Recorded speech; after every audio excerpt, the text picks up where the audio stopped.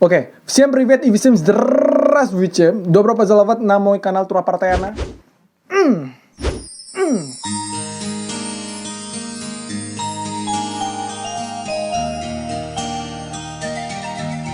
Jadi kembali lagi, sudah berapa hari tidak pernah bikin video. Kita mulai dengan behind the scene Tura Partayana, behind the scene film Square Panty. Wow. Jadi kita mulai aja langsung dengan pertanyaan pertama. Ini pertanyaan yang udah aku bikin sendiri. Ya nanti kalau misalnya ada opini dan saran kalian, saran atau kritik, nanti aku baca setelah aku jelasin gimana behind the scene Tura Partayana. Kita mulai aja. Jadi pertanyaan pertama, kenapa sih bikin short movie bareng orang Rusia? Biasanya kan aku bikin short film itu bareng sama anak Indonesia. Kalian buat teman-teman yang belum tahu, aku pernah bikin short film pertama, kedua, ketiga itu tentang percintaan Tura Partayana, Love in Russia. Ya, jadi alasannya aku bikin sama orang Rusia itu karena emang aku udah terlanjur janji sama Olia Yulia, terus sama Idris juga bakal bikin project seperti ini. Dari sana mulai awalnya kenapa bikin short film sama orang Rusia. Full orang Indo sendiri nih. Kita lanjut dulu sebelum kita liatin BTS-nya. Mana dia nih? Mana tuh? Nah, ini sini juga sebenarnya udah banyak banget yang nanya, kenapa sih aku bikin nama filmnya itu dengan judul Square Panty? Itu bukannya SpongeBob SquarePants. Tebakan kalian pasti bener. Karena aku lihat hutan Siberia itu terkenalnya ya pastinya Yeti, guys. Nah, aku pingin banget bikin short film Yeti, tapi masalahnya Yeti kan susah ya. Tura Partayana kan low budget nih. Jadi mau nggak mau ya kita ganti hantu Yeti ini jadinya bapak-bapak. Biasanya kan kalau hantu di Rusia kan aku lihat selain Yeti pasti bapak-bapak. Maksudnya bapak-bapak lagi mabuk gitu loh. Vodka, di vodka, kayak gitu-gitu. Kenapa bikin Square Panty itu karena aku nggak sengaja nonton SpongeBob SquarePants yang dimana adegannya tuh ketika SpongeBob lagi camping jaraknya 10 kaki dari rumahnya dan ketemu Squidward. Dan mereka lagi membahas mitos beruang laut. Objek dari konflik ini adalah Squarey dan Squiddy. Ya jadi aku milih Squarey itu alasannya karena aku pingin banget ada adegan lucunya. Adegan lucu yang pas lagi ngelingker itu. Aku mau gak mau tuh harus masukin gitu. Soalnya ini aku pingin bikin horror komedi. Ingat guys, aku bikin horror komedi. Nah kita lihat aja langsung premisnya. Ini draft pertama guys. Jadi ini skrip draft pertama yang aku bikin sebelum aku jelasin ke teman-teman dan tim. Premisnya adalah 5 anak pemuda sedang fotoan di hutan Siberia. Namun semua berubah menjadi ketakutan ketika mereka melihat sesosok bapak-bapak yang menghampirinya sambil ngedance hard bass. Ya jadi kalian tahu kan gimana lucunya kan. Jadi endingnya tuh aku maunya bukan hantu guys, tapi malah bapak-bapak yang lagi mabuk. Vodka, di vodka. Tapi itu semua berubah ketika aku bertemu sama tim. Mulailah naskah draft kedua. Lanjut.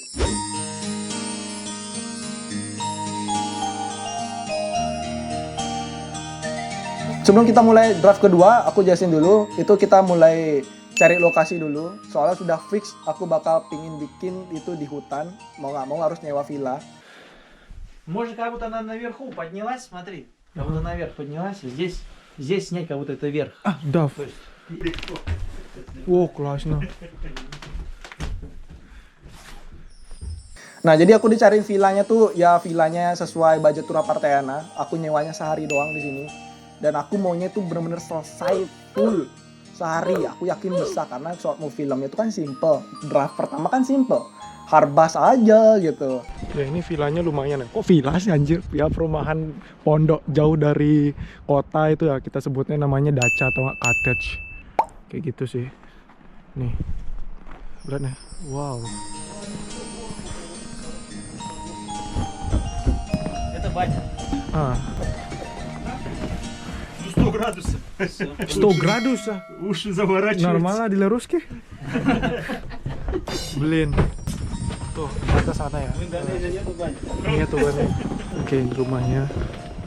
Мангал тоже можно. Ya kalian bisa lihat sendiri villanya tuh luas banget dan aku sering tunjuk-tunjuk gitu kan. Ya gimana ya, ketika ngeliat suatu objek apapun itu, pasti langsung aku berimajinasi gimana adegannya. Nggak tahu kenapa emang kesukaanku suka berimajinasi. Makanya aku sebenarnya tuh nggak suka baca buku, kayak malas banget belajar gitu kan. Tapi aku lebih suka berimajinasi. Jadi kita lanjut kenapa aku bikin skrip draft kedua, karena dari timku pingin gimana kalau pakai suatu objek yang menarik gitu loh. Jadi kayak ada barang antik dan aku mencoba ubah naskahnya dan dialognya aku ubah sedikit, ubah dan akhirnya nemu itu buku. Aku nggak tahu kenapa buku, mungkin mikirnya karena di apartemenku banyak buku, kalian juga bisa lihat sendiri. Kan biasanya udah orang di horor tuh kan boneka. Dan aku pingin sesuatu yang beda, makanya aku milih buku. Jadi premisnya draft kedua setelah kita rombak bersama tim, itu adalah sekelompok anak muda yang sedang merayakan kedatangan temannya dari Bali, sama. Namun perayaan itu berubah ketika masa tidak sengaja mengambil buku tersebut dan mereka digentayangin di hutan. Di hutan, guys. Oke, jadi draft kedua ini sudah fix. Aku translate ke bahasa Rusia. Aku bakal reading di rumahnya Denis. Agak ngawur sih pakai sepatu gini. Wow, gunungnya sudah tebal. Ya. Jadi kita mau ngeprint dulu naskahnya, terus ke rumah Denis. Yuk kita jalan. Тут получается, ну, то есть он заходит в дом к ним.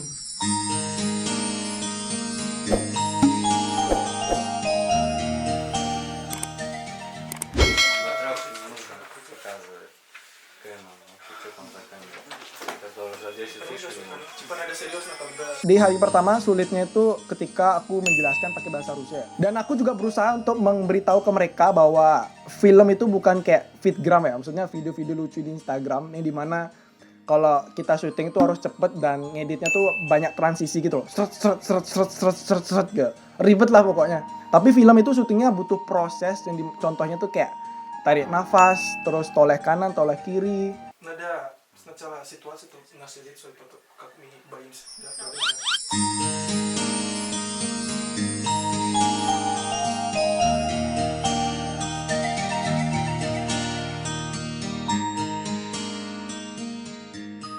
Kita lanjut proses behind the scene reading di hari kedua. Ya, tadi kan di hari pertama kita reading dan kita mulai reading di hari kedua itu sekarang di rumah Olya.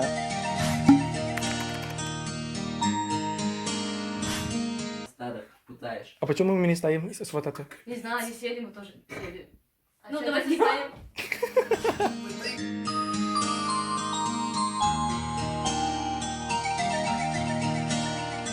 Kenapa di rumah Olya, kenapa tidak di rumah Denis lagi? Karena mereka tuh, aku tahu mereka masih kecil dan canggungnya tuh masih ada loh. Aku lagi mikir gimana caranya mereka tuh ada powernya lah. Раз, два, три.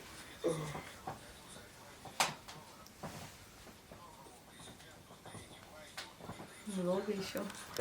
Да, раз, два, три.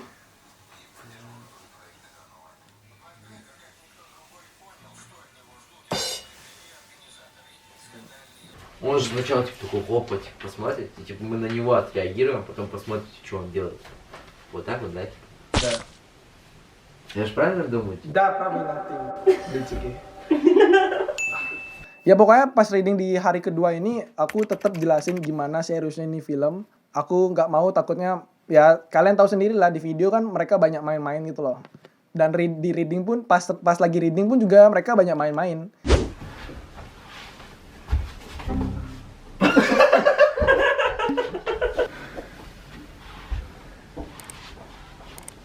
Miska, что ты делаешь? Больно, да? Миска, Миска, это кто? Не знаю. Медведь. Давай. Смеяться, пожалуйста. Я не смеюсь! Профессионально, давай. Вот здесь.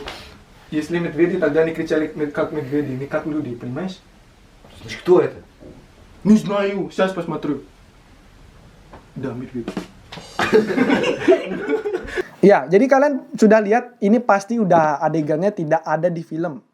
Sebenarnya ini scene komedi di draft kedua, guys. Karena ini fix horror komedi, bukan horror doang. Нет, ты говори Скорпен. Oke. Типа Скорпен, а потом говорите типа Спанч Боб Скорпен, мультфильм. Yang paling sulit sih ya cara ngatur mereka. Dari 4 ini paling dewasa sih Amar. Давай, раз, два, три. Кирилл. Кирилл. Кирилл, это кто? Кирилл, посмотри. Почему я? Ты же мальчик. Ну и что? Девочкам уступают. tapi tetap dia mereka kekanak-kanakan yang dimana kayak ayo dong reading lagi yuk kayak gitu. Jadi harus bersabar. Gimana ya, aku pernah ngerasain jadi aktor pada saat teater, betapa sedihnya, betapa nyeseknya ketika dimarahin sama sutradara atau nggak senior. Mending ku lebih ajak mereka bercanda.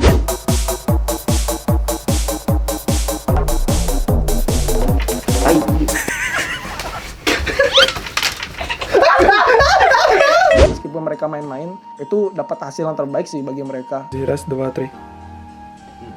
Кирилл, что ты делаешь? Смотришь на нас.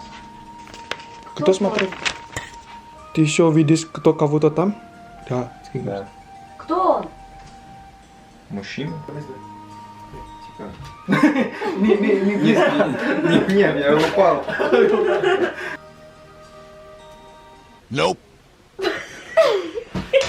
Говори. Поворачивается. Вот, смотри. Раз, два, три.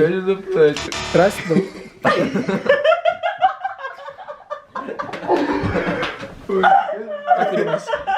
Как ты думаешь? Раз, два, три. Да почему? Да почему? Да потом все. Лучше, чтобы сейчас были фейлы, но не завтра. Да. Да мы откуда знаем? Может, кто бывший там стоит? Давай, раз, два, три. Господи, хватит уже. Может, твой бывший там стоит, там смотрит на нас, нет? Если у тебя проблема есть с бывшими или нет? Ага, если правильно бибис, Если у тебя- потом я пою. Если у тебя с бывшими проблем, не стоит с нами ходить. Все, погнали. Это будет здесь камера. Ты просто смотри. Да. Aku takut ketika pas hari H kita syuting, banyak banget kesalahan dan dimana itu syutingnya di musim dingin, ya dingin banget. Itu pikiranku pertama ya, ekspektasiku takut di bagian aktornya. Nah itu draft kedua ya. Jadi setelah kita hari pertama reading, hari kedua reading, udah siap untuk besoknya bakal pergi jam 9 pagi menuju villa tersebut 2 jam dari tengah kota.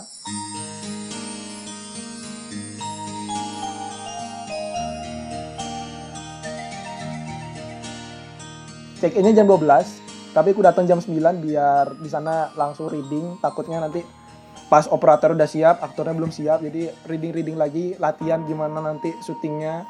Aku jelasin langsung pakai kamera biar mereka ngerti prosesnya kan. Тура. Заплатит, к сожалению. Тихо, тихо, подожди. Это же не... Мы вас оставим. Захлопни дверь, приоткрой и захлопни дверь. Нету двери, ты чё? Вон тут. Ты типа оттуда захлопни. Tapi operatornya telat guys, jadi operatornya tetap jam 1, jam 2 gitu loh. Dan aku agak kecewa ya pastinya dong. Karena aku nyewa villa ini sehari pokoknya mau nggak mau harus film ini jadi di hari itu juga. Gimana tuh di hari itu juga short film. Ya aku nggak mau tahu, aku harus pokoknya harus jadiin nih gitu. Soalnya juga adegannya kebanyakan di luar kan. Mata, Mai, atas kakak pistek mayam serta matar imai. Yo, kita sekarang lagi syuting nih, Тура, ты мальчик. Ayo.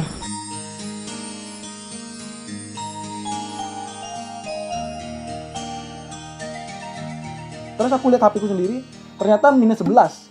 Gila, dan feels like-nya tuh minus 18. Jadi mau nggak mau, ya udah syutingnya dah gitu. Permasalahannya aku bakal jelasin sekarang. Yang pertama adalah operatornya pakai stabilizer, 2 stabilizer langsung. Terus yang kedua adalah pas kita syuting di luar, adiknya tuh nggak pakai sarung tangan.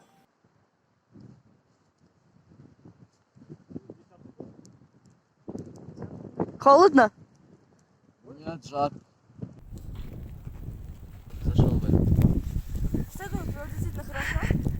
Jadi itu makan tuh kedinginan tuh. Ngeluh dah tuh, ngeluh. Aduh.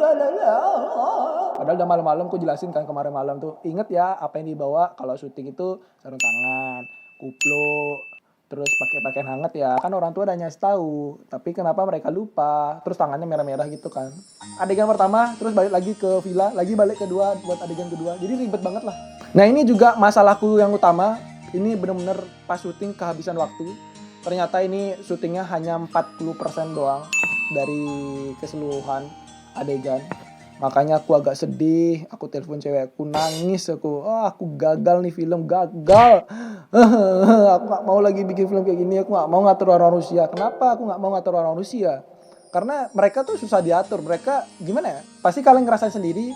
Kalau ketemu sama orang profesional, misalnya kalian punya idenya sendiri dan mereka juga punya idenya sendiri, dan kalian tuh debat pada saat situasi lagi proyeknya tuh sedang berlangsung.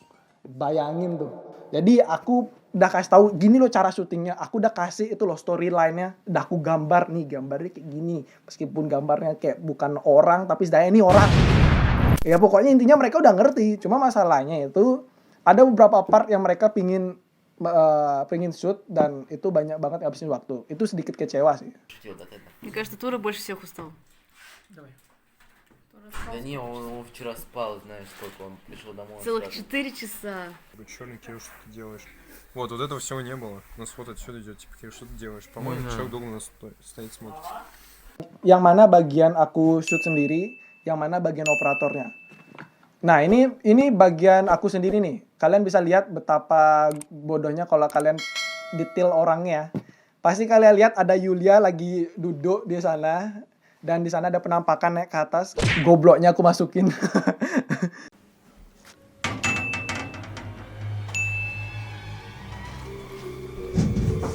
Karena itu video buat latihan doang guys. Itu bukan video pas syuting bareng operatornya. Soalnya footage-nya yang aku pinginin itu banyak banget yang nggak di-shoot oleh operatornya. Itu sedikit kecewa juga. Meskipun kualitasnya bagus. Да убери ты эту книгу, Тур приехал. Тура, ada sakala dia juga. Я снимаю, да, до сих пор? Tapi kuakuin kualitasnya oke. Meskipun hanya 40% aja. Dan gimana 60%-nya? Syuting di hari lain. Jadi kita syutingnya tuh di hari lain, nggak tahu kapan. Ya jadi di skrip draft kedua sebelumnya, itu simple banget. Aku bikin lokasi cuma 2 doang, di hutan dan di dalam rumah. Kalian sudah tahu kan? Tapi masalahnya tuh dinginnya tuh loh. Dingin tuh sampai aku ubah naskah, jadi biar horornya tuh semua di villa. Iya kan? Tapi kalau misalnya mau bikin short filmnya di villa, jadi harus nyewa villa lagi dong. Ya gimana ya? Aku juga bingung sih. Tapi ternyata si Yulia menyarankan untuk bikin lokasinya tuh di villanya Olia. Jadi mamanya tuh punya villa. Oh baik banget, mamanya udah dikasih reading di rumahnya, sekarang dikasih pinjam villanya. Wow. Orang kaya. Olia mah orang kaya. Oke, kita lanjut ya premis draft ketiga.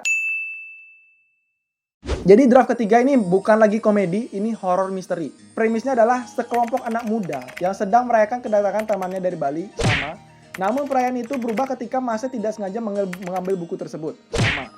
Ketika sampai di lokasi, kita nyoba syuting beberapa adegan positif. Yang pertama adalah aku leluasa syuting sendiri, ngatur mereka sendiri. Kalau sama operator pasti debat dulu gitu. Belum debatnya itu nggak sesuai ekspektasiku. Kan aku sutradara nih. Yang diatur siapa sih gitu? Bukan nggak berani ngelawan ya, karena aku nggak bisa debat pakai bahasa Rusia. Misalnya pakai bahasa Indonesia tak skamat nih orang gitu. Itu positif yang pertama, leluasa.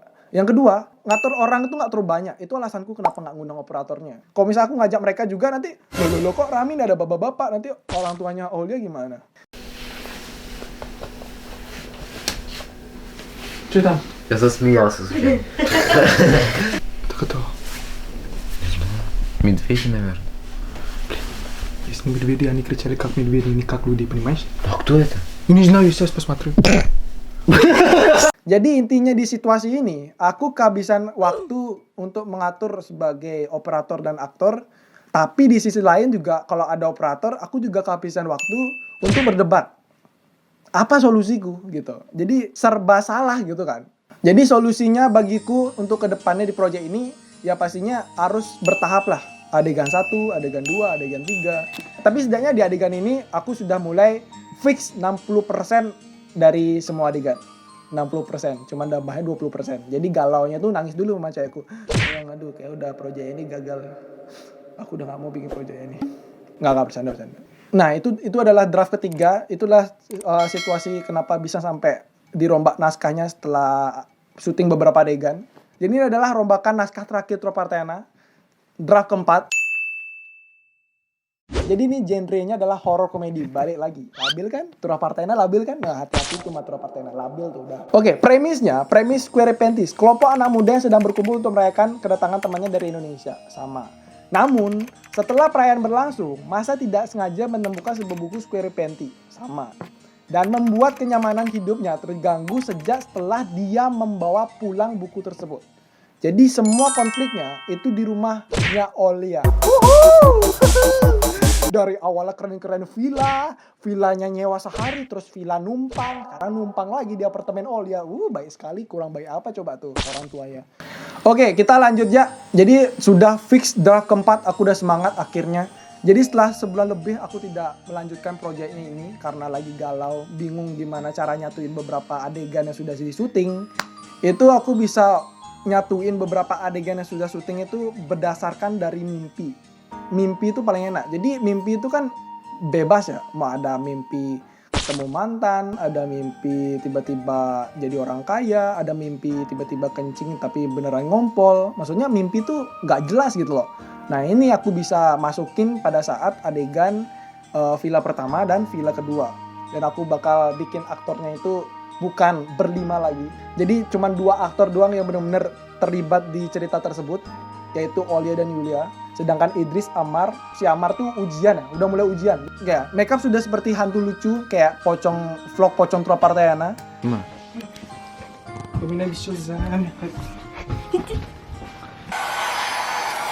Там горячий воздух будет. Idris горячий. Горячий, я же говорю. Оля, выключи очки. Нормально тебе? Нет, не нормально. Большие? В смысле, темно? Светло? Грязно. Нет, стоп. Да стой ты! Давай! Блин, наконец я как вы, светлый, черный. Ну? А мы Вау. домой пришли. Вау, реально, подожди, сделай так. Смотри, как айдол. Секси. Jadi kita lagi di make upin sama mereka semua ya. Ya namanya juga komedi. Tapi ketika syuting, Idris, Olia, Yulia punya ide yang bagus untuk adegan seremnya. Dan ketika aku mencoba adegan komedinya, itu agak aneh gitu loh. Aku merasa ini udah horor banget anjir. Yulia buka pintu, ngelihat aku, tiba-tiba teriak, dan aku juga ikut teriak. Jadi, gitu. Jadi adegannya tuh kayak gitu komedinya. Cuman si Idris nyaranin, ini bang, udah horor aja semua, jadinya kayak bener-bener keren gitu lah. Ini kelihatan dari jauh horor kok. Scene komedinya aku buang semua, aku coba lebih ke horor.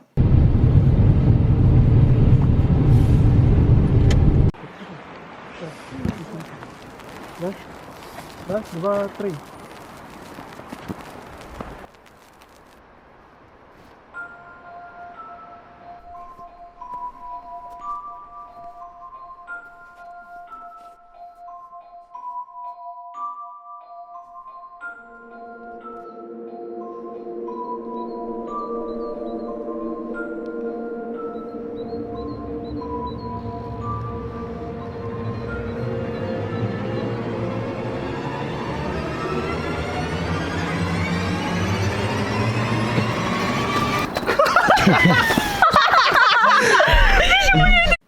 Sebenarnya banyak banget delete scene-nya. Mungkin itu aja cerita dari behind the scene Tropartayana. Dan aku jelasin gimana proses ngeditnya. Tapi sebelum aku jelasin proses ngeditnya, aku baca dulu komen dari kalian. Kalau gue pikirin lagi pasti banyak yang gak paham soal ceritanya. Itu terutama di bagian buku. Si setan ini maunya apa? Di awal kita ingat si Olia penemu buku yang dimana ada bagian yang hilang. Dan di scene akhir ada bisikan disuruh rusak bukunya. Jadi buat sebagian orang bakal bingung. Ini setannya maunya apa sih? Sebenarnya ini gagal paham sih. Dan konflik utamanya itu ketika gambar di belakang guys. Jadi di gambar di belakang itu ada hantunya ya. Hantunya itu ada, dia ngeliat loh ini apa sih di bukunya ini. Ketika di scene akhir si Yulia ngeliat ada di bagian halaman terakhir ini udah nggak ada. Gambar si Squiddy itu udah nggak ada. Jadi Squiddy-nya itu sudah keluar dari buku tersebut dan ingin menghancurkan buku itu agar dia lebih leluasa di dunia kita kayak gitu. Itu awal ceritanya. Makanya kalau misalnya kalian baca subtitle lebih detail pasti kalian ngerti. Semuanya keren, enak banget buat ditonton sampai deg-degan juga. Cuman kayaknya sih penempatannya aja yang salah, dimana kita tahu channel tuh rata-rata komedi ya. Channel Tropartayana komedi. Ya dimana gue udah siap berpikir pasti ini bercampur komedi dan ekspektasi gue dipatahin sama videonya. Dah good banget lah. Ya, thank you banget buat Fiansyah. Ini komennya aku suka. Nah, dari Neutralizer. Kalau bisa senyum-senyumnya kayak di 13454 sampai 15 ku dikurangin. Biar tetap terasa tegangnya. BTW gue udah berusaha serius tapi ngakak pas turah jadi hantunya. Mungkin karena sifat aslinya lucu jadi gak bisa serius gue. Keren banget Bli. Semoga sukses ke depannya. Thank you banget sudah ngasih sarannya. Dari Sofia. Apa sih nih? Me Too. Bukannya kaget tapi ngakak dong. Tapi overall keren banget Kak short filmnya. Thank you. Pencahayaan meskipun tema horor tapi lebih baik jangan terlalu gelap. Bener juga sih. Aku merasa aku lihat di kamera ini kan pakai kacamata baruku. Pakai kacamataku, aku lihat wah di layar kamera ini keren banget, jernih banget ya Tuhan. Inilah kekuatan Sony. Sombong banget kan nyebut merek. Maksudnya aku lihat keren banget itu loh. Jadi gak perlu pakai cahaya yang terlalu keras. ISO-nya udah aku turunin guys, sudah aku turunin. Tapi kenapa nggak bagus ya gitu. Buat teman-teman yang nggak tahu, endingnya kenapa gantung. Jadi adegan akhirnya tuh aku tariklah si Olya. Jadi bawa ke Siberia, maksudnya bawa ke hutan Siberia. Dan Yulia tuh, saudara kembarku jadi bawa pergi. Kayak gitu endingnya. Jadi ada adegan seremnya dan si Olya tuh udah gak mau lagi di dunia ini. Aku mau menjauh dari saudara kembarku. Aku benci sama saudara kembarku. Kayak gitu ceritanya kan. Cuman waktu sudah habis, tetot. Jadi di rumah Olya itu sudah mulai malam. Dan aku berpikiran, gimana cara ngelanjutinnya gitu. Dan ditambah corona ini tiba-tiba setelah seminggu kemudian karantina sudah mulai ditutup lah kampusku. Jadi tidak boleh keluar kemana-mana.